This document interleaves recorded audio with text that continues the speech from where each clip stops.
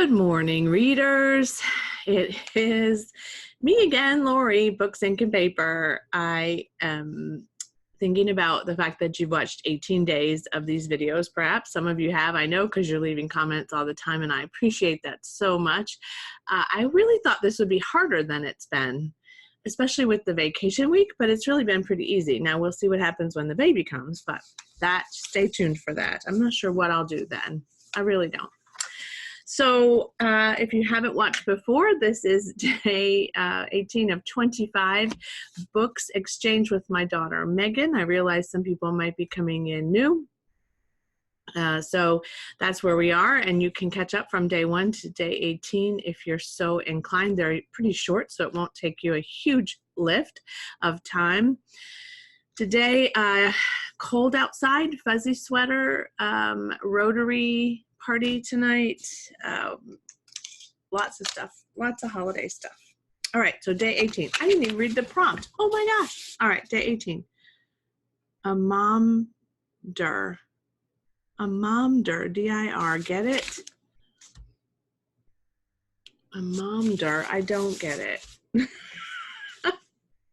Sometimes I know Megan gets a little concerned about my brain because I don't always get it. And then sometimes I just make her think she should be concerned about my brain. And I just mess with her. And my other kids too. And they mess with me. And Sarah messes with me the least. All right, here we go. A momder.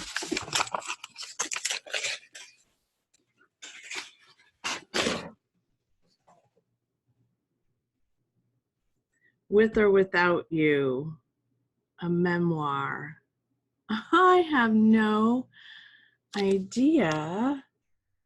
What else do you need to know about this woman before I go on with the story? That she believed it was more important to be an interesting person than it was to be a good one. That she allowed me to skip school whenever I wanted to, and if there was a good movie on TV, she wouldn't let me go to school because she said she needed me to stay home and watch it with her. That she made me responsible for most of my own meals when I was 7 and all the laundry in the house when I was 9. That she was vainer than a beauty queen, but the last time I saw her, she weighed more than 200 pounds and her arms were encrusted with purulent sores. Oh, this is so sad. That she loved me so much that she couldn't help hating me, that at least once a week I still dream she is trying to kill me. Oh, she's a monster. She's a momder. I think that must be what she means. I don't know what she means, but wow. Dominica Ruda. I have never heard of this memoir. A haunting, unforgettable mother-daughter story for a new generation, the debut of a blazing new lyrical voice. Wow, when was this published?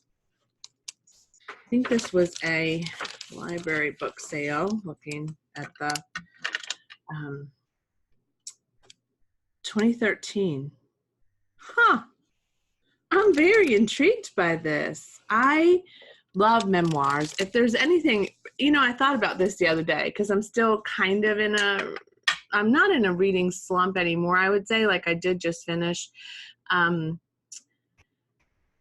Last Letter from Your Lover. I couldn't think of it yesterday either. I did just finish that book pretty quickly.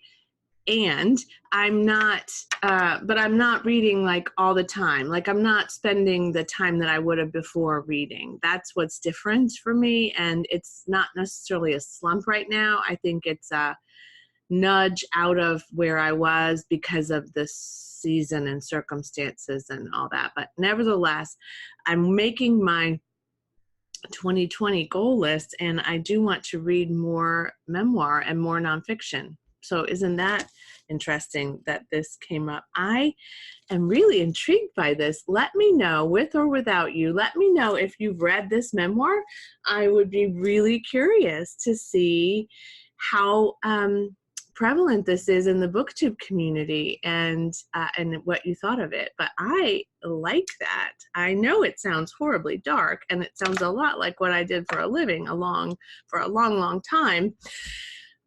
And I've been out of that child advocacy work for long enough that I can take a look at those memoirs now without being upset. I tried to read The Glass House while I was working in that field, and I just couldn't finish it. I think I did so much of that during the day, I didn't want to do it in my leisure time at all. So I never have gone back to that. That might be something to take a look at too, because people love that book, and I've never watched the movie either.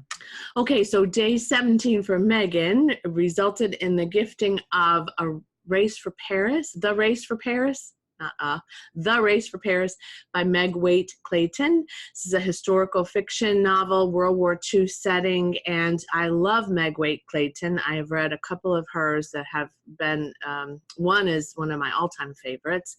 I may do a Throwback Thursday about that.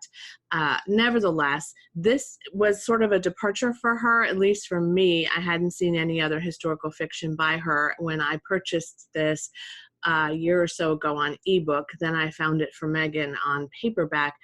So I said we could buddy read it together, and that would be great. And then I have The Last Train to London from an ARC from HarperCollins, I think, that I really need to get to. So I have a couple of Meg Waite Claytons on my list to read for sure very soon. That one really kind of critical. I think it was on my fall list. My fall wrap up for reading is not going to be long because I didn't read much. Okay, what else do I need to tell you? I think that's it. Day 18 is in the books. Thanks for watching. Thanks for your comments, your support, your questions. I love them all. I appreciate all of you. You're a gift to me this holiday season and all through the year. I'm almost at a year from when I started this channel in this way. It was at the end of last year, so I'm really looking at that too and just kind of thinking about what filming I want to do next year and how I want to look back, and lots and lots and lots of great stuff. But in the meantime, I got to go to work. So have a great day. Happy reading. Bye.